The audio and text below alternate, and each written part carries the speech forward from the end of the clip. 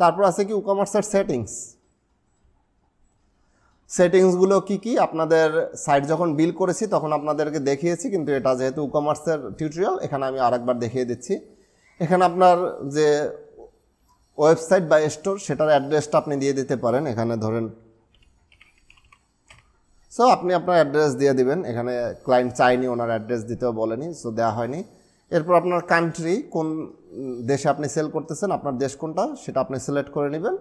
এরপর এই যে জিপ কোড, পোস্ট কোড যদি আপনি দিতে চান, তারপর আপনি সেলিং লোকেশন, আপনি কোন দেশে সেল করতে চান, সো আপনি এখানে সিলেক্ট করে দিতে পারেন selling to a specific country, যে শুধুমাত্র আপনি কোন কোন দেশে সেল করতে চান। এখানে আমার ক্লায়েন্ট শুধু বাংলাদেশে সেল করতে চাচ্ছে, সো আমি বাংলাদেশ সিলেক্ট করে দিতে পারি। এই যে আপনার অপশনটা, এটা আপনি কান্ট্রি স্পেসিফিক করে দিতে পারবেন। এরপর শিপিং লোকেশন, আপনি কোন লোকেশনে বা কোন জায়গায় সেল করতে চান, লোকেশনগুলো আপনি চাইলে সব কান্ট্রিতে সেল করতে পারেন অথবা স্পেসিফিক কান্ট্রিতে আপনি এটা শিপ করতে পারেন, সেটা আপনি সেট করে দিতে পারেন। দিয়ে দিচ্ছি শিপ টু স্পেসিফিক কান্ট্রি, এখানে ধরে নিচ্ছি, এখানে আমার হলো বাংলাদেশ, সেট করে দিচ্ছি। আপনি যদি সারা বিশ্বে ওয়ার্ল্ড ওয়াইড সেল করেন সেক্ষেত্রে এটা আর দেওয়ার দরকার নেই, ওয়ার্ল্ড ওয়াইড ওপেন থাকবে। তারপর এই যে এনেবল কুপনস, আমার যিনি ক্লায়েন্ট তিনি কুপনের অপশনটা চাচ্ছেন না, এজন্য বন্ধ করে দেওয়া হয়েছে। আমি কুপন অপশনটা এখানে আবার এনেবল করতেছি, যাতে আমি আপনাদেরকে দেখাতে পারি যে কুপনটা কিভাবে কাজ করে। এটা যদি না দেন তাহলে ওই যে কুপন অপশন আর থাকলো না, আমার ক্লায়েন্ট এটা চায়নি, এই জন্য তুলে দেওয়া হয়েছিল কুপনের এই অপশনটা। আমি এখন এনেবল করতেছি, পরবর্তীতে আবার তুলে দিচ্ছি একটু পরে। তারপর হলো কি আপনার কারেন্সি কোনটা, কারেন্সি হলো টাকা। তারপর কমা কোথায় হবে, এই যে ডান দিকে কমা হবে, টাকায় যে কমা হয় যেমন 10,000 টাকা, 10-এর পর একটা কমা থাকে, সেই কমাটা এই যে কমা দিয়ে সেপারেট করবে কত, 1000-এর পর নাকি 100-এর পর, এখানে দেওয়া আছে 1000-এর পর যাতে সেপারেট করে। এরপর ডেসিমেল বা দশমিক থাকলে কীভাবে সেপারেট করা হবে, ফোঁটা দিয়ে। তারপর কয়টা ডেসিমেল থাকতে পারে, 2টা ডেসিমেল, সো এটা সেট করে দেওয়া হয়েছে। এখন আপনি সেভ চেঞ্জে যে ক্লিক করলে হয়ে যাবে। এরপর আছে কি যে প্রোডাক্ট অপশন, প্রোডাক্ট অপশনে আপনি দেখতে পাচ্ছেন আপনার শপ পেজ আপনি সিলেক্ট করে দিয়েছেন, শপ, এটা ই-কমার্সের ডিফল্ট, আপনার এটাই সেট করা থাকবে। তারপর এই যে শপ পেজে আপনি যদি অ্যাড টু কার্ট করেন সেটা পপ আপ হবে কি এজেক্স, এটা ডিফল্টভাবে দেওয়া আছে, এটাই দরকার। তারপর প্লেস হোল্ডার ইমেজ, একই সাথে আপনার কয়টা প্লেস হোল্ডার ইমেজ থাকতে পারবে, এখানে ডিফল্টভাবে 11টা আছে, 11টাই থাকুক, আমার মনে হচ্ছে এটা ওকে। তারপর ওয়েট, আপনার প্রোডাক্টের যে ওজন সেটা কীভাবে মাপা হবে, কেজিতে না গ্রামে, কেজিতে। তারপর যে ডাইমেনশন সেটা কীভাবে মাপা হবে, সেন্টিমিটার নাকি মিটার বা নাকি ইঞ্চিতে, সেই অপশনটা এখানে দেওয়া আছে ডিফল্টভাবে। তারপর কাস্টমারকে রিভিউ করতে পারবে কি না আপনার কোনো প্রোডাক্ট কেনার পর, এখানে দেওয়া আছে কাস্টমার প্রোডাক্ট কেনার পর রিভিউ করতে পারবে। তারপর এখানে বলা আছে কাস্টমার যদি রিভিউ করে, রিভিউর পাশে উনি যে ভেরিফাইড ওনার, উনি যে রেজিস্টার করা ওনার বা উনি যে সঠিকভাবে প্রোডাক্টটা পারচেস করেছে সেটার জন্য ওনার পাশে একটা ভেরিফাইড টিক চিহ্ন দেওয়া থাকবে, সেই অপশনটা আমি সিলেক্ট করে নিয়েছি। তারপর নিচে আর একটা অপশন আছে, এটা চাইলে আমি সিলেক্ট বা ডিসসিলেক্ট করতে পারি। ক্লায়েন্ট এখনও আমার কাছে এই ব্যাপারে কোনো কিছু বলে নাই, এই জন্য আমি এটাকে ডিসসিলেক্ট এখনও করি নাই। এটা হলো কি যে দারাজে একটা অপশন দেখবেন, যারা শুধুমাত্র প্রোডাক্ট কেনার পর প্রোডাক্টটা অর্ডারটা কনফার্ম হওয়ার পর তিনি তারপর ওই প্রোডাক্টে রিভিউ করতে পারে। কেনার আগে যে কেউ কোনো প্রোডাক্টে গিয়ে আলতু ফালতু রিভিউ করতে পারবে না। সো এটা যদি আমি ক্লিক করি তাহলে কেউ আর ফালতু রিভিউ করতে পারবে না। যে প্রোডাক্ট শুধুমাত্র আমার ওয়েবসাইট থেকে কিনেছে তারাই শুধু কেনার পরে অর্ডার কনফার্ম হওয়ার পর প্রোডাক্টটা উনি পাওয়ার পর উনি রিভিউ করতে পারবেন। সো এই অপশনটা এখানে দেওয়া আছে। এরপর বলা আছে কি প্রোডাক্টের যে স্টার রেটিং, যখন ক্লায়েন্ট রিভিউ করবে তখন কি তিনি ওই প্রোডাক্টে কত স্টার রেটিং দিতে চান সেটা কি তিনি দিতে পারবেন কিনা, সেই অপশনটা এখানে দেওয়া আছে, দিবেন। তিনি 5 স্টার নাকি 4 স্টার রেটিং দিতে চান। তারপর স্টার রেটিং কি রিকোয়ার্ড নাকি অপশনাল, আমি দিয়ে দিয়েছি, ক্লায়েন্ট চেয়েছে রিকোয়ার্ড। স্টার রেটিং কাস্টমারকে দিতেই হবে, 5 স্টার না 4 স্টার তিনি সিলেক্ট করে দিবেন। সো এই যে সেভ অপশনে ক্লিক করে দিচ্ছি। এটা ছিল প্রোডাক্ট অপশন। এরপর প্রোডাক্টের যে ইনভেন্টরি, এখানে দেখতে পাচ্ছেন ছোট ছোট আরও কিছু বিষয় আছে।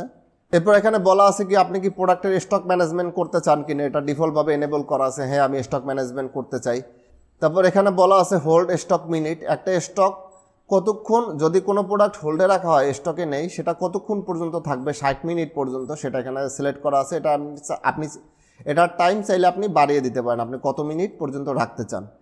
তারপর নোটিফিকেশন আসবে কিনা, স্টক নিয়ে কোনো নোটিফিকেশন আপনাকে পাঠাবে কিনা। ধরে নিচ্ছি আপনার একটা কোনো প্রোডাক্ট 100টা আছে, আপনি চাচ্ছেন প্রোডাক্টের সংখ্যা যখন 5টায় নেমে আসবে তখন আপনার কাছে একটা নোটিফিকেশন আসবে যাতে আপনি প্রোডাক্টের স্টকটা আবার আপডেট করতে পারেন। আপনার কাছে তো হাজারো প্রোডাক্ট থাকতে পারেন, সো এই নোটিফিকেশন অপশনটা এনেবল করে দিয়েছি। এরপর আছে নোটিফিকেশন কার কাছে যাবে, এই যে ক্লায়েন্ট ওনার ইমেলটা বা যার ওয়েবসাইট তার ইমেলটা এখানে সেট করে দেওয়া আছে, তার কাছে যাবে। তারপর কয়টা প্রোডাক্ট স্টকে আসলে ওনাকে ওয়ার্নিং দেবে, এখানে 2টা দেওয়া আছে, আমি ধরে নিচ্ছি 5টা প্রোডাক্ট আসলে স্টকে ওনাকে একটা ওয়ার্নিং দেবে। তারপর কয়টায় আসলে আমরা ধরে নিব ওই প্রোডাক্টটা আউট অফ স্টক, আমি ধরে নিচ্ছি 0 প্রোডাক্ট যখন হবে তখন ওই প্রোডাক্টটা আউট অফ স্টক, এটা ডিফল্টভাবেই দেওয়া আছে। তারপর আউট অফ স্টক কোনো প্রোডাক্ট হয়ে গেলে সেটাকে হাইড করে রাখবেন নাকি সেই প্রোডাক্ট শো করবেন, এখানে দেওয়া আছে প্রোডাক্ট শো করবে কিন্তু প্রোডাক্টের পাশে লেখা থাকবে আউট অফ স্টক। এই যে আউট অফ স্টক এখানে ডিসপ্লে করবে যে প্রোডাক্টটা আউট অফ স্টক। তো আমি সেভ চেঞ্জেস করে দিচ্ছি। এরপর আছে কি ডাউনলোডেবল প্রোডাক্ট, যারা ই-কমার্স ওয়েবসাইট বা ই-কমার্স ওয়েবসাইটে ডাউনলোডেবল প্রোডাক্ট সেল করতেছেন, যেমন ধরেন সিডি, ডিভিডি, পিডিএফ বই, তাদের ক্ষেত্রে এটা গুরুত্বপূর্ণ।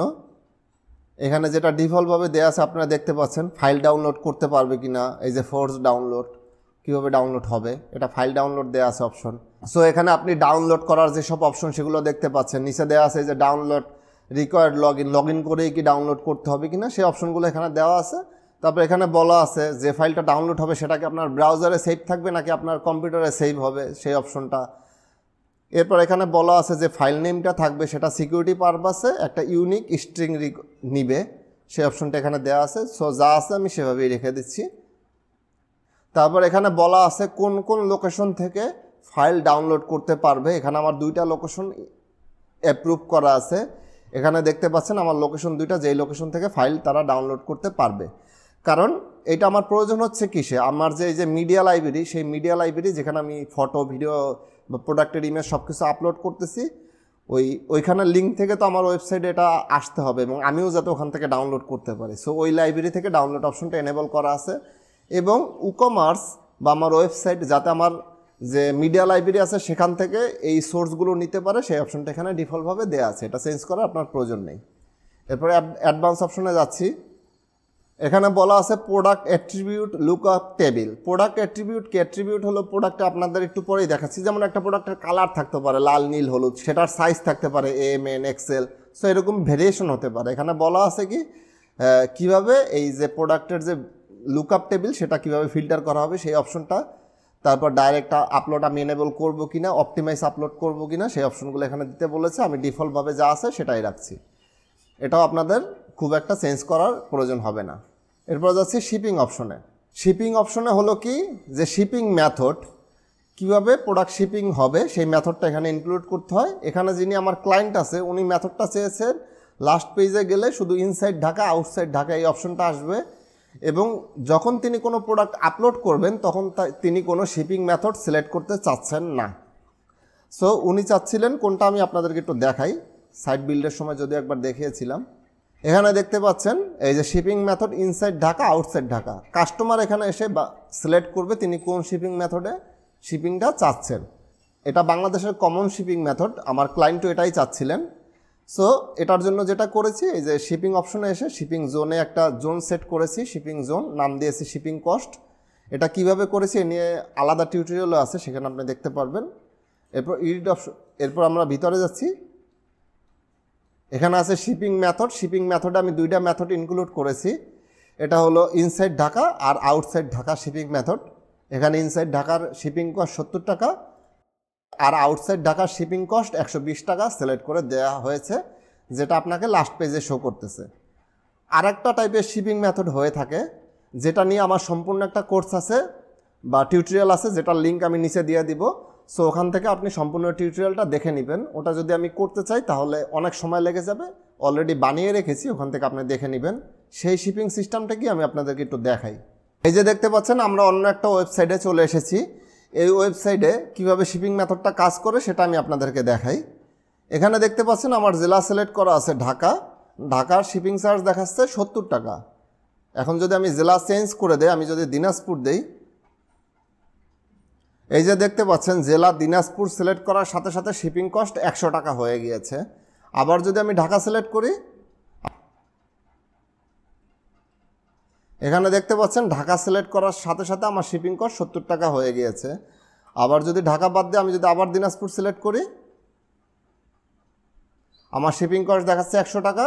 আমি যদি দিনাজপুর বাদ দিয়ে ঢাকা সিলেক্ট করি, আমার শিপিং কস্ট দেখাচ্ছে 70 টাকা। এর মানে হলো কি, আমি যে কোনো জেলায় স্পেসিফিকভাবে আমি শিপিং কস্ট সেট করতে পারবো এবং প্রতিটা প্রোডাক্টের জন্য স্পেসিফিকভাবে আলাদা আলাদা শিপিং চার্জ আমি ইনক্লুড করতে পারবো। এটা হলো যেমন এই শুয়ের জন্য 70 টাকা, আমার অন্যান্য প্রোডাক্ট আছে যেটার জন্য ঢাকায় ডেলিভারি চার্জ হলো 60 টাকা। সো এই সিস্টেমটা আপনারা কিভাবে ইমপ্লিমেন্ট করবেন, এটা একটু বড় সিস্টেম। সো সেটা আমি ভিডিওতে দেখিয়েছি, আপনারা ওই ভিডিওটা দেখে নিতে পারেন। আর এখানে যে শিপিং সিস্টেমটা সেটা আমি আপনাদেরকে দেখিয়েছি।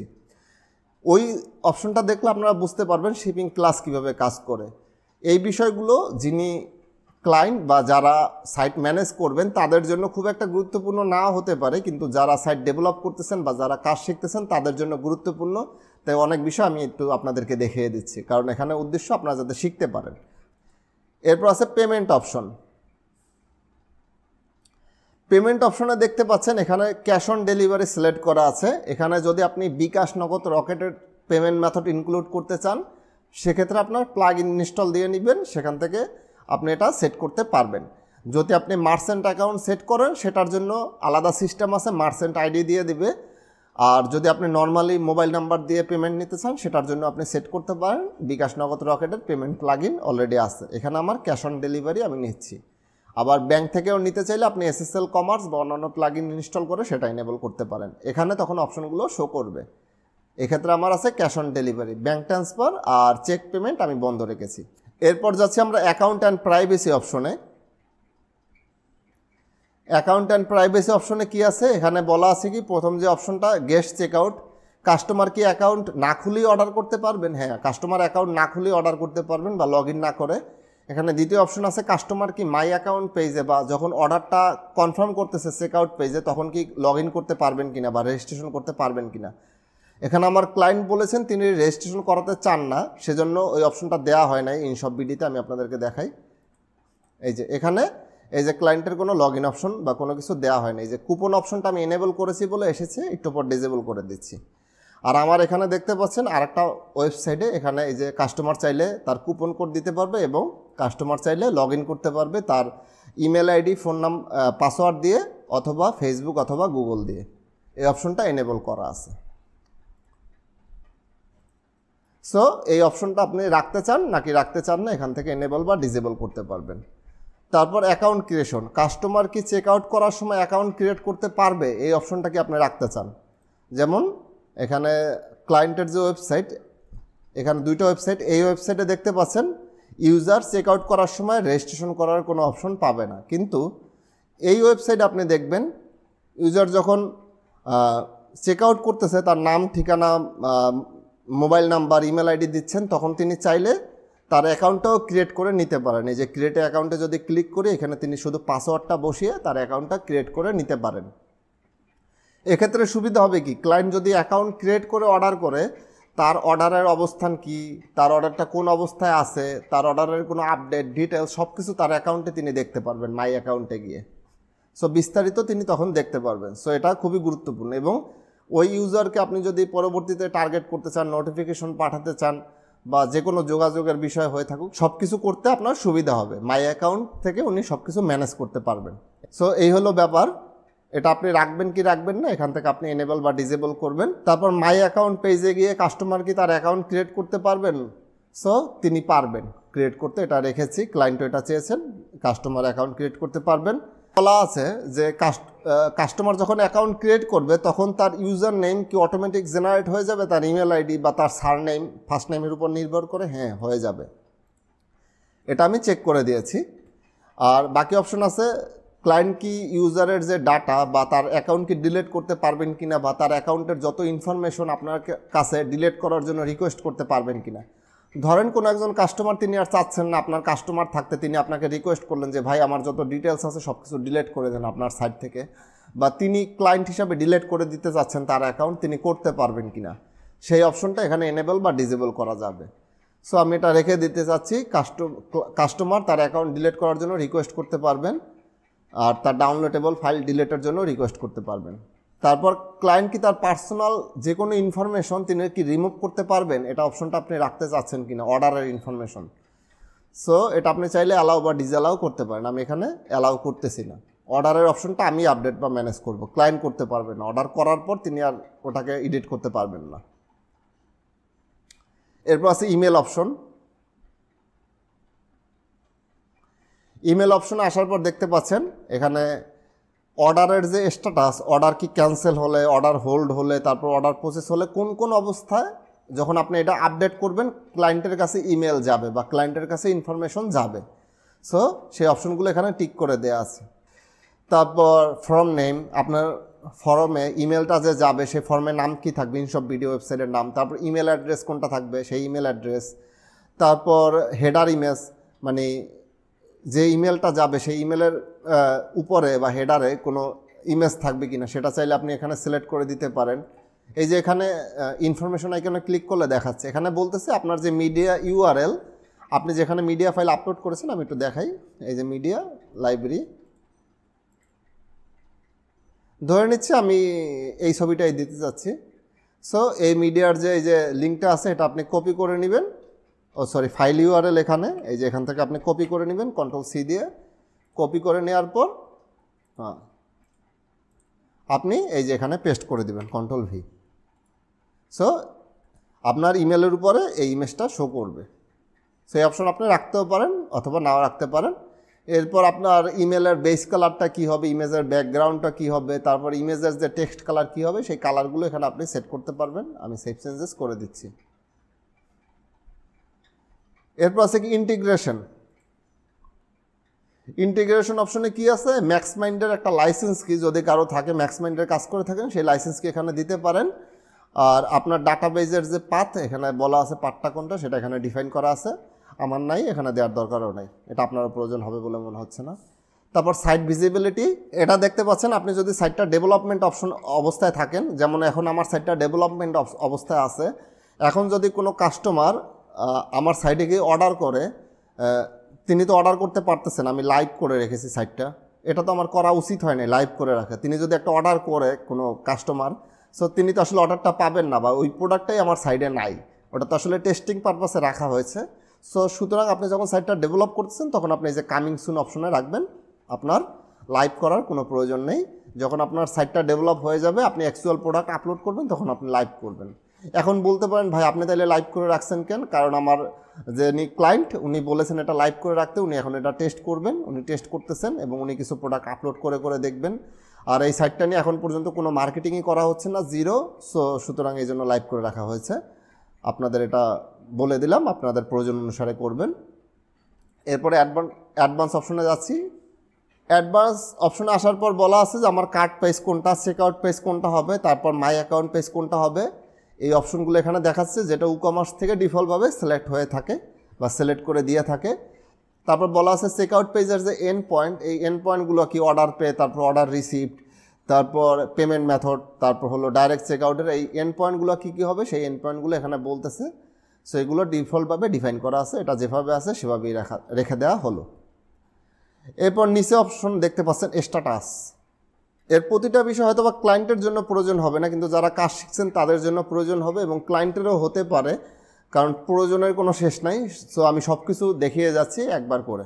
স্ট্যাটাস অপশনে আছে কি আপনার ওয়ার্ডপ্রেস বা ই-কমার্স সাইটে কী অবস্থায় আছে, এটা ঠিকঠাক আছে কিনা তার ডিটেলস আপনি এখানে দেখতে পারবেন। এই যে আমি স্ক্রল করলে দেখতে পাচ্ছি এখানে আমার সাইডের যে সার্ভার, এখানে এই যে সোয়াপ ক্লায়েন্ট অপশনটা এনেবল করা নাই, এটা আমার সার্ভারে গিয়ে এনেবল করতে বলতেছে, কি এরর বা সমস্যা আছে দেখাচ্ছে। বাকি সব ঠিকঠাক আছে। এখানে একটা বলা আছে আমার terms and condition page set করা নাই, ওটা কি আমি আপনাদেরকে বলতেছি। ই-কমার্সের যখন সেটিংসে থাকবো আমরা, আপনি যখন ই-কমার্সে আসবেন এবং সেটিংস আসার পর এই যে অ্যাকাউন্ট এবং প্রাইভেসি অপশন, এটা আপনাদেরকে একবার দেখিয়েছি, আবার একটু রিক্যাপ করে নিচ্ছি। এই যে এখানে দেখেন আপনার প্রাইভেসি পলিসি পেজ কোনটা এটা আপনি ডিফাইন করে দিবেন এবং চেকআউট পেজ কোনটা ডিফাইন করে দিবেন। এটা ডিফল্টভাবে ডিফাইন করা থাকে, আমি আপনাদেরকে দেখাচ্ছি। এইটাতে দেখেন, এই যে দেখেন I have read and agree to the terms and condition, এই পেজটা ওখানে ডিফাইন করে দেওয়া থাকে, এটা ডিফল্টভাবে থাকে। কিন্তু আমার যিনি ক্লায়েন্ট উনি বলেছেন উনি লাস্ট পেজে এরকম কোনো অপশন চাচ্ছেন না, উনি সিম্পল অর্ডার কনফার্ম করুন চাচ্ছেন। সো ওনার সাইড থেকে এই অপশন দুটায় যেসব লেখা ছিল সেটা ডিলিট করে দেওয়া হয়েছে। আপনার এই যে থার্ড ব্র্যাকেট দিয়ে ওই পেজটা আপনি ডিফাইন করে দিতে পারবেন কি থাকবে ওই পেজের লিঙ্কটা। এখানে এই যে পেজের নামটা আপনি ডিফাইন করে দিবেন থার্ড ব্র্যাকেট দিয়ে, শর্টকাট দিয়ে। সো তখন লাস্ট পেজ ওটা শো করবে। এরকম আপনি এই যে ডিটেলস আপনার ই-কমার্সে কোনো সমস্যা আছে কিনা সেটা দেখতে পারেন। এটা ক্লায়েন্টের কোনো কাজ না, ডেভেলপারের কাজ, তিনি দেখবেন। তারপর এই যে টুলস অপশনটাও যারা ডেভেলপমেন্ট শিখতেছেন তাদের জন্য একটু গুরুত্বপূর্ণ বা কাজে লাগতে পারে প্রয়োজনে। এটা হলো এই যে ই-কমার্স ট্রানজিট। ই-কমার্সের এটা হলো ট্রানজিট কি শর্ট মেমোরি। ই-কমার্সে যে সব লেনদেন হলো, যা কিছু হলো সেটাকে আপনি ক্লিয়ার করে দিতে চাচ্ছেন, এই যে ক্লিয়ার চাইলে ক্লিয়ার করে দিতে পারতেন। তারপর এক্সপায়ার ট্রানজিটস এগুলো আপনি চাইলে এখানে ক্লিয়ার করে দিতে পারেন। তারপর অরফানেট ভেরিয়েশন এগুলো আপনি চাইলে এখানে ক্লিয়ার করে দিতে পারেন। তারপর এটা আপনার এখন করার কোনো প্রয়োজন নেই যদি না আপনার সাইডে কোনো সমস্যা হয়ে থাকে। তারপর প্রোডাক্ট লুকআপ টেবিল, প্রোডাক্টগুলো যেভাবে ডিফাইন করা থাকে বা সাজানো থাকে সেগুলো আপনি চাইলে ডিলিট করতে পারেন এখান থেকে বা রিজেনারেট করতে পারেন। তারপর এই যে দেখতে পাচ্ছেন ক্যাপাবিলিটিস, এখানে চাইলে আমি রিসেট ক্যাপাবিলিটিস করতে পারি। তারপর ক্লিয়ার কাস্টমার সেশনস, এখানে কাস্টমার এসে কী কাজ করেছে, আমার সাথে কী সেশনে বসেছে সেগুলো আপনি চাইলে ক্লিয়ার করতে পারেন। তারপর টেমপ্লেটের যদি কোনো ক্যাশ থাকে সেই ক্যাশ আপনি ক্লিয়ার করতে পারেন। এরপর দেখতে পাচ্ছেন ক্রিয়েট ডিফল্ট ই-কমার্স পেজেস। অনেকে হয়ে থাকে কি কোনো পেজ যদি আপনি ই-কমার্সে ডিলিট করে দেন সেই পেজটা আপনি এখান থেকে আবার রিজেনারেট করতে পারবেন। যেমন শপ পেজ, তারপর cart page, checkout page, my account page, এই যে পেজগুলো আছে বা product archive page, single product page, এই যে 5টা-6টা পেজ আছে এগুলো ই-কমার্সের ডিফল্ট পেজ। এটা যদি আপনি ডিলিট করে দেন কোনো থিমও এখানে কাজ করবে না।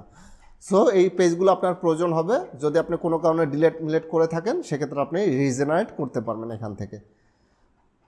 তারপর ই-কমার্সের যে ট্যাক্সের যে বিষয় এটা চাইলে আপনি ডিলিট করতে পারেন। তারপর শপের থাম্বনেইল যেগুলো আছে সেগুলো আপনি চাইলে আবার রিজেনারেট করতে পারেন। তারপর ইউজারের যে ডাটাবেজ আছে সেটা চাইলে আপনি আপডেট করতে পারেন, ইউজারের যে ডাটাবেজ আছে সেটা। তারপর ইউজারের যে ডাটাবেজ আছে সেই ডাটাবেজটাকে আপনি চাইলে ভেরিফাইড করে নিতে পারেন আরেকবার যে ঠিকঠাক আছে কি না। তারপর প্রোডাক্টের যে লুকআপ টেবিল আছে সেটা আপনি এখানে চাইলে রিজেনারেট করতে পারেন। তারপর অ্যানালিটিকের যত ক্যাশ ট্যাশ আছে, ওই যে আপনি অ্যানালিটিক দেখছিলেন সেই ক্যাশ আপনি ডিলিট করতে চান কি না। তারপর এই যে ডাউনলোডের যে লোকেশন আছে সেগুলো আপনি আপডেট করতে চাচ্ছেন কি না। তারপর এমটি যেসব ডাউনলোডের যে লিঙ্ক আছে যদি আপনার ডাউনলোডেবল ওয়েবসাইট হয়ে থাকে সেগুলো আপনি ক্লিয়ার করতে চাচ্ছেন কি না। তারপর আপনার যদি অর্ডার থাকে লেগেসি টেবিল থেকে সেগুলো আপনি ক্লিয়ার করতে চাচ্ছেন কি না। লেগেসি ই-কমার্সের একটা অপশন লেগেসি টেবিল। তারপর যেসব কাস্টম অর্ডার টেবিল আছে অর্ডার করার জন্য সেই টেবিল আপনি ডিলিট করতে চাচ্ছেন কিনা, এইসব অপশন এখানে দেওয়া আছে। এরপর আছে কি যেসব শিডিউল ট্রানজিট এক্সপায়ার হয়ে গেছে সেগুলো আপনি আবার রিশিডিউল করতে চাচ্ছেন কিনা। সো এইসব বিষয়গুলো এখানে আছে। এগুলো আমি বলবো কেউ এসে এগুলোকে কোনো চেঞ্জ করবেন না বা কোনো বাটনে ক্লিক করবেন না আনটিল আপনি ডেভেলপার এবং আপনার কোনো সিস্টেম আপনি ডিলিট করে ফেলেছেন বা কোনো সিস্টেমের কারণে আপনার এগুলো প্রয়োজন হচ্ছে বা কোনো সমস্যা হয়েছে, সেক্ষেত্রে আপনি এগুলো সেটিংসগুলো আপনি ব্যবহার করবেন আপনার প্রয়োজন অনুসারে যে সিস্টেমটা আপনার সমস্যা হয়েছে। এরপর আছে কি লগস অপশন, এটা আপনার খুব একটা লাগবে না, এই যে কী লগ ফাইল টাইল আছে এগুলো। তারপর শিডিউল অ্যাকশন, এটা আপনার প্রয়োজন হবে না। ই-কমার্সের ডাটাবেস বা বিভিন্ন ফাইল বা অর্ডার এগুলো যখন এই যে দেখতে পাচ্ছেন কী অ্যাকশন এগুলো অটোমেটিক সাইডে আপলোড নেয়। যদি কোনো শিডিউল অ্যাকশন আটকিয়ে যায় আপনি এখান থেকে বাল্ক অ্যাকশনে ক্লিক করে আপনি ডিলিটও করতে পারেন, আবার অ্যাকশনটাকে আপনি আবার এখান থেকে অ্যাপ্লাই করে দিতে পারেন। সো এই অপশন আপনার প্রয়োজন হবে না। সো আমরা ই-কমার্সের যত কিছু সেটিংসে ছিল ডিটেলস মোটামুটি সব কিছু আমরা জেনে ফেলেছি। এক্সটেনশন একটা অপশন আছে, এটা যদি ই-কমার্সের কিছু এক্সটেনশন আছে যেটা ই-কমার্স বিক্রি করে থাকে এক্সটেনশনগুলো, সেগুলো সাধারণত ফ্রি প্লাগইন দিয়ে অনেক সময় হয়ে যায়। আপনাদের যাদের হবে না বা ভবিষ্যতে যদি প্রয়োজন হয় এই প্লাগইনগুলো আপনি ইনক্লুড করতে পারেন। এই যে দেখতে পাচ্ছেন কিছু পেইড আছে কিছু ফ্রি আছে আপনার ব্যবসাকে ডেভেলপ করার জন্য, গুগল ফর ই-কমার্স, তারপর ইজি শপ, অনেকগুলো আছে। তারপর এই যে দেখতে পাচ্ছেন প্রোডাক্ট রিকমেন্ডেশন, তারপর ইউপিএস শিপিং মেথড, এরকম অনেক শত শত ওদের কিছু এক্সটেনশন আছে। যদি আপনার প্রয়োজন হয় এগুলো ইনক্লুড করবেন। সাধারণত আপনি ডেভেলপারকে বলবেন, ডেভেলপার করে দেবে যদি আপনার প্রয়োজন হয়। এরপর পিডিএফ ইনভয়েস কি সেটা তো আপনাদের বলেছি, একটা প্লাগইন ইনস্টল দিয়েছে সেটা দিয়ে ইনভয়েস প্রিন্ট করা যায়। সো আমাদের ই-কমার্সের মোটামুটি সব কিছু শেষ। এখন আমাদের যেটা বাকি থাকবে সেটা হলো এই যে প্রোডাক্ট আপলোড করতে হয় কিভাবে এবং এই যে কুপন অপশন, যে ই-কমার্সের যে কুপন সেটা কিভাবে কাজ করে।